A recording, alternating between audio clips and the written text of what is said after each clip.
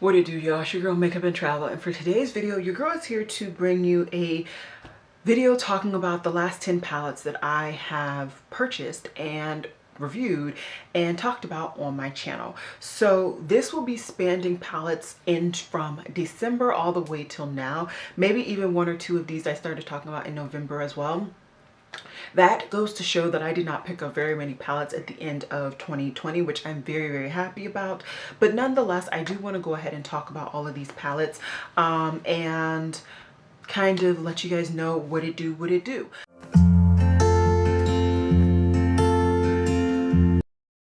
So I don't know if I'm gonna rank them. Let's tell you guys what the palettes are, and then I'll tell you my opinions, and then maybe at the very end I'll rank them if I have the gumption. Who knows? Okay, the Latte 2 palette by Nomad Cosmetics. This is my very first palette from this brand, and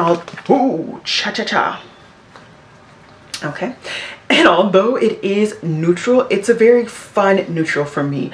I really like the formulation. I will say that. I will say for the metallics, I really do prefer Frappe's formula. The other two are just kind of normal shimmers. This one is really a shimmer, if not metallic, with some glitter in it, so I really do prefer that. The mattes have a really nice body to them, and I find that sometimes palettes like this, the body of the mattes is very thin, and so depending on your primer, it don't look too hot, you know. But either way, I really do like this palette. I really did enjoy the looks that I created. I created quite a few looks on here and on my Instagram, so hopefully I'll be good, and I will link everything down below for you guys so you guys can see all of the stuff that your girl is talking about. My 50/50 Makeup Autumn palette. So by the time this video goes up, you guys will have seen my 3 Looks 1 palette. I had so much fun with this palette.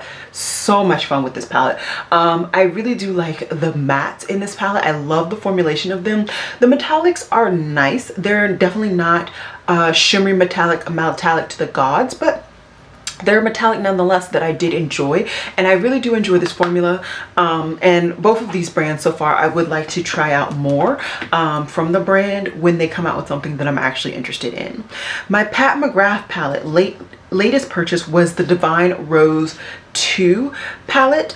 I really did have some fun looks and fun just playing with this palette. I want to play so much more with this palette. It was not a cheap purchase, so I do want to get quite a bit of use out of it. But just overall, I really come to understand it more. I really like that even though this is like a shimmer metallic, I don't find that it's a problem blending it into my crease, which is good because there are only 2 true mattes, and for me, I really like to have 2 to 3 mattes in my crease, so being able to blend some of those other shades into my crease was really beneficial for that palette. The Novella Dreamy 2 Mystic palette. I don't know how many videos I actually did here on my channel when it came to this palette, but I did use this palette quite a bit off camera. There are only 3 true mattes. Then you get a couple of these like shimmery satiny shades that you can blend in your crease. Should you? I mean, that's debatable, but you can. And then you get quite a few really pretty metallic glittery shades in this palette as well.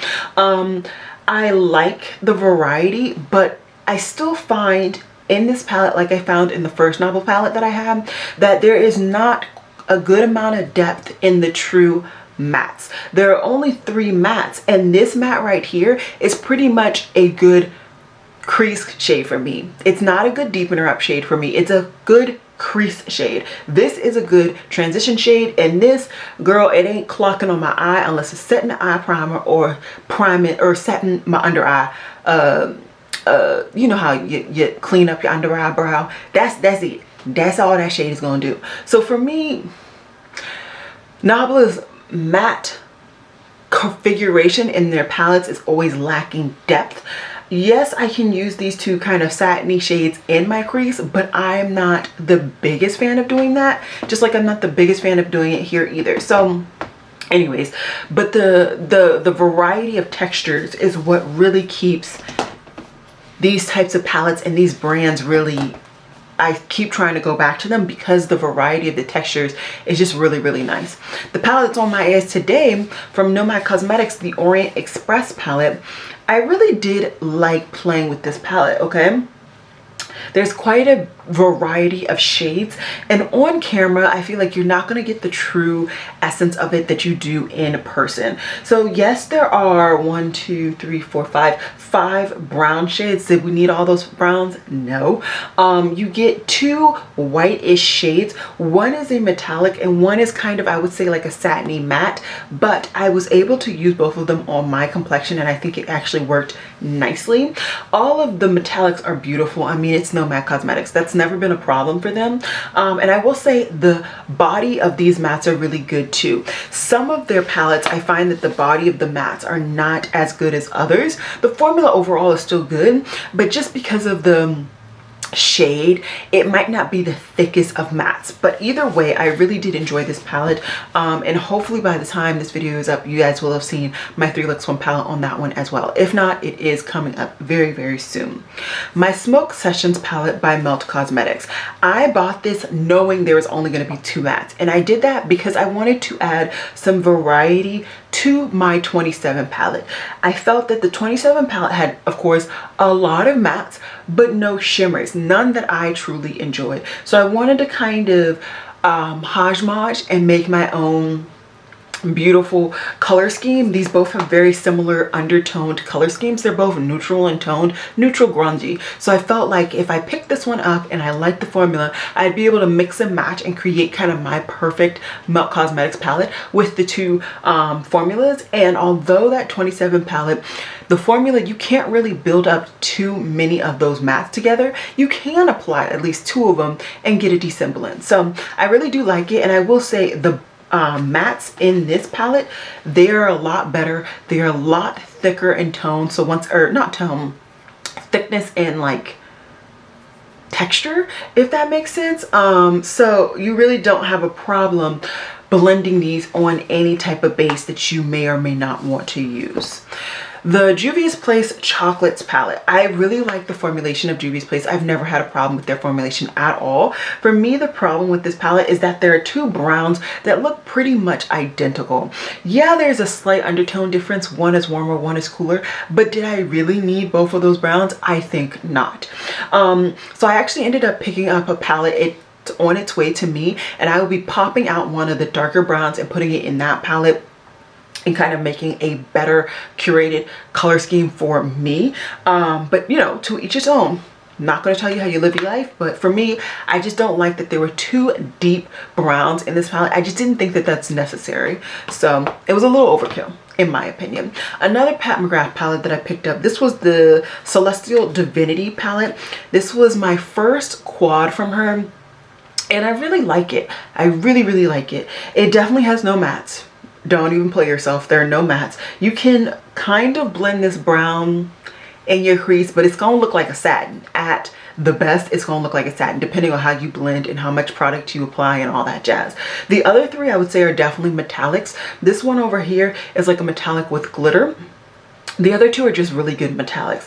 I have also used this as a face palette and I really do like it as well. So it kind of just depends on what you want to do to depend on if this is going to be beneficial or not. Like I said, there are no mattes. So if you don't like all metallic palettes for your eyes, I would not recommend this. But I picked this up pretty much guaranteeing for myself that I was going to use this as a face palette, and I pretty much have. I do enjoy it as an eyeshadow palette, but like, this is a face palette for me. My Natasha Denona Love palette. I had a lot of fun with this palette. I will say that not all of the mattes have the thickest texture. So some of them are lighter, which does not help to kind of cover up your base, especially like if you're my complexion and your base is a lot lighter. You definitely want a thicker matte so that you can cover it up and like blend it over it and all that jazz. Overall though, I really like this palette. I really enjoyed the looks that I came out of it, and I cannot wait to play more with this palette. I really like this line that Natasha has done, the $65 palettes. I really hope that she continues to kind of do one of these in each color scheme, because I have 2 now, and I'd probably get them all if they, of course, were anything that I was interested in. last palette that I want to talk about rapid fire really quickly is the Playing in Makeup by Yolando Jam Rock Colored Washina Pastel palette. This was one of the palettes I feel like you guys are most interested in seeing. I did not get to do as many looks as I wanted to. I believe I got up a 5 look swim palette. I would have done a 10 looks if I had more time and if I didn't have to take time off for situations with my eyes, but I really liked this palette. Now there definitely are shades in this palette I think are just too thin, just too pastel, and it just ain't getting it. This top row, honestly, I would get rid of the whole top row. If I'm being honest, like the whole top row would be gone and gone. But I mean, it's here. I enjoyed it. I used it. You know, it is what it is. I really like the metallics. Of course, my favorite metallic is Shawnee's, and that name is actually very important to me. So that's funny that that is my favorite metallic in this palette. Matte wise, Jenna is my favorite. It is a beautiful, thick mac and cheese yellow. I really like that yellow. And I mean, some of the other shades are really, really nice. Emma is a very interesting shade. It looks like it should be very deep, and it's a very subtle deepener up shade, right? So I think it works for the pastels, but it's not going to be like a deep shade like a black. You know what I mean? It's going to be very subtle gray toned brown. And you need to know that going in, kind of to know to expect that, if that makes sense. But overall, all of these palettes, I am very happy that I picked them up. There's not one palette that if I could redo it, would I return it. I enjoy all of these palettes, and these will pretty much all stay in my collection. If I had to get rid of one, it would be the Juvia's Place chocolate, and it's genuinely only just because I am annoyed that I picked it up not paying attention to the fact that there are 2 brown shades. Like I'm annoyed more so with myself than Juvia's, because they didn't force me to buy it. I bought it because I was a genius. Anyways, I need to change my battery, and while I do that, I'm going to put all these palettes in order and do a rapid fire through the order for you guys, so you guys can see what my favorite palette out of this bunch is.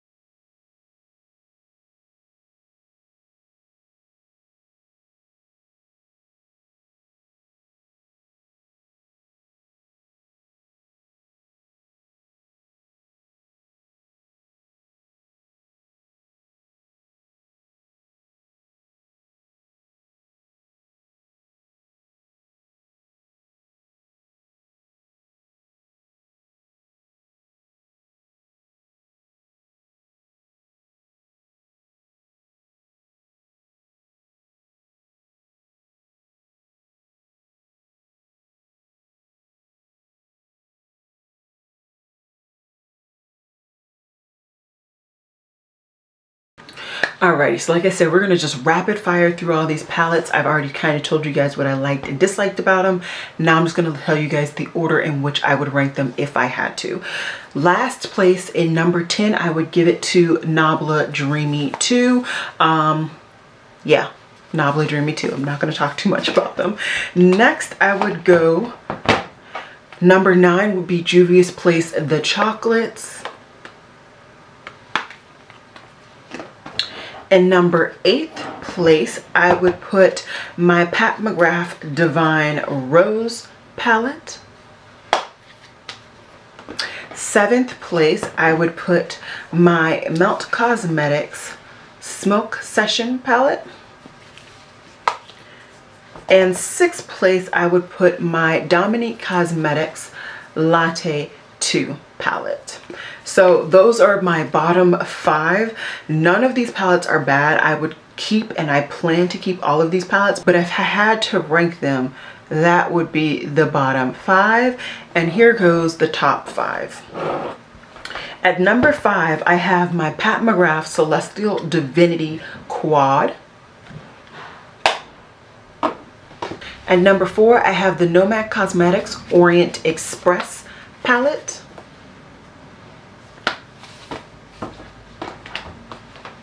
Can you guess the top 3? Yes, maybe so. Number 3, I have my Natasha Denona Love palette.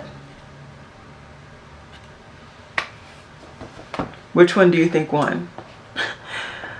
while I figure out what's going on with my eyelash, go ahead and pause this video and comment down below which palette you think won in this kind of round. Number 2 is my Playing in Makeup by Yolanda Washina palette.